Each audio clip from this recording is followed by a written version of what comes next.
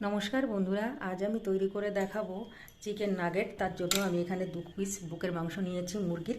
তো এই মাংসগুলোকে প্রথমে আমি ছোট ছোট টুকরো টুকরো করে কেটে নেব। এর কোনো সাইজের কোনো ব্যাপার নেই, আন্দাজি করলেই হবে। চিকেনগুলোকে এইভাবে ছোট ছোট করে আমি কেটে নিয়েছি। এবার একটা মিক্সার গ্রাইন্ডারের বাটিতে নেব। ওগুলোকে একটা বাটিতে নিয়ে নিলাম। এবার এই চিকেনের মধ্যে দেব আমি 4টে স্লাইস রুটি। যেহেতু আমি 2 পিস নিয়েছি তার জন্য আমি 4টে দিলাম। 4টের এই ধারগুলোকে আমি কেটে বাদ দিয়ে দেবো। পোড়া যে ধারগুলো এগুলো বাদ দেবো। তো এইভাবে চিকেনগুলোর মধ্যে দিয়ে দেবো পরপর। 4টে স্লাইস রুটিও আমি এর মধ্যে টুকরো টুকরো করে দিয়ে দিলাম। এবার যেটা দিতে হবে স্বাদ অনুযায়ী লবণ, রসুন বাটা, 2 চামচ পরিমাণে আদা বাটা, একটা সাদা গোলমরিচ পাউডার,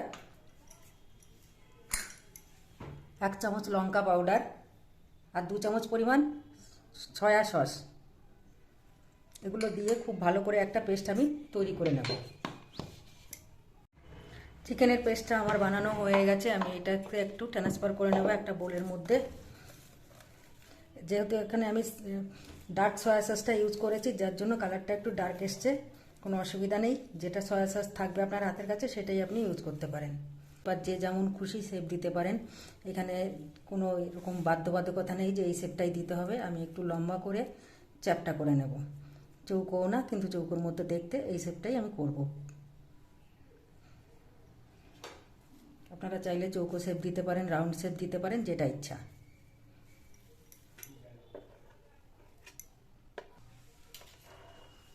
এইভাবে কেটে নিয়ে ছুরি দিয়ে এইভাবে আড়ে এভাবে একবার এই শেপগুলো 3 কোণা বা চৌকো করতেই পারেন।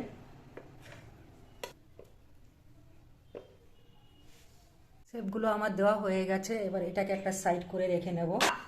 একটা ডিম, সামান্য পরিমাণে কর্নফ্লাওয়ার গুলে নিয়েছি, একদমই অল্প কর্নফ্লাওয়ার গুলা। জলটা দেবো ডিমের সাথে, ভালো করে মিশিয়ে নেব। তো বন্ধুরা, আমি এখানে ডিমটাকে ভালোভাবে ফেটিয়ে নিয়েছি। আর এদিকে নিয়েছি ব্রেড ক্রাম্বস বা পাউরুটির গুঁড়ো। তো এখান থেকে 1 পিস করে আমি তুলব, ডিমের মধ্যে চুবাবো আর বিস্কুটের গুঁড়ায় ট্রান্সফার করব।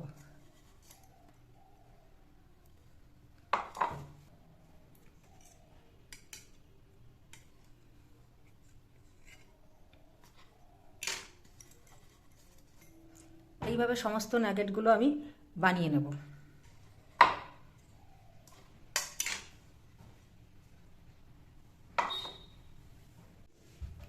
এখানে দেখতে পাচ্ছেন দুটো থালাতেই আমি নাগেটগুলো কমপ্লিট করে ফেলেছি।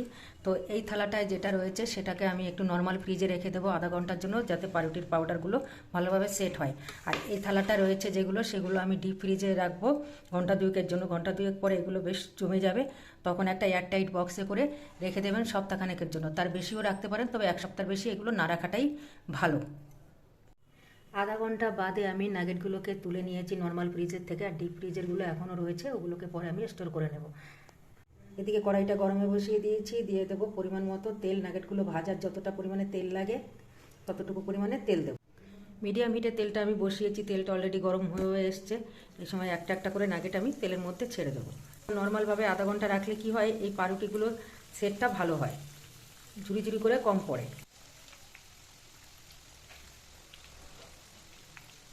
একটা পিঠ মিডিয়াম হিটে আমি ভেজে নিয়েছি 2 থেকে 3 মিনিট ধরে।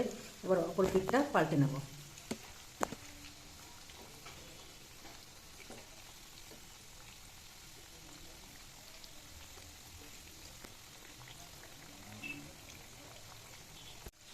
অপর পিঠটাও মিডিয়াম হিটে 2-3 মিনিট ধরে ভেজে নিয়েছি আমি, দেখতেই পাচ্ছেন। এবার আরেকটু উল্টে পাল্টে আমি ভেজে তুলে নেব। দুটো পিঠই গোল্ডেন ব্রাউন কালার হয়ে গেছে। এগুলোকে এবার আমি তেল থেকে তুলে নেব।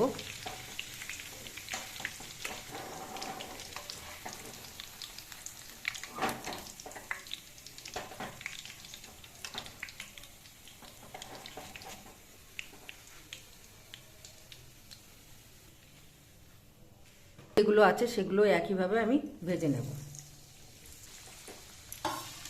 তাহলে বন্ধুরা, দেখে নিলেন তো কিভাবে আমি এই নাগেটগুলোকে তৈরি করলাম।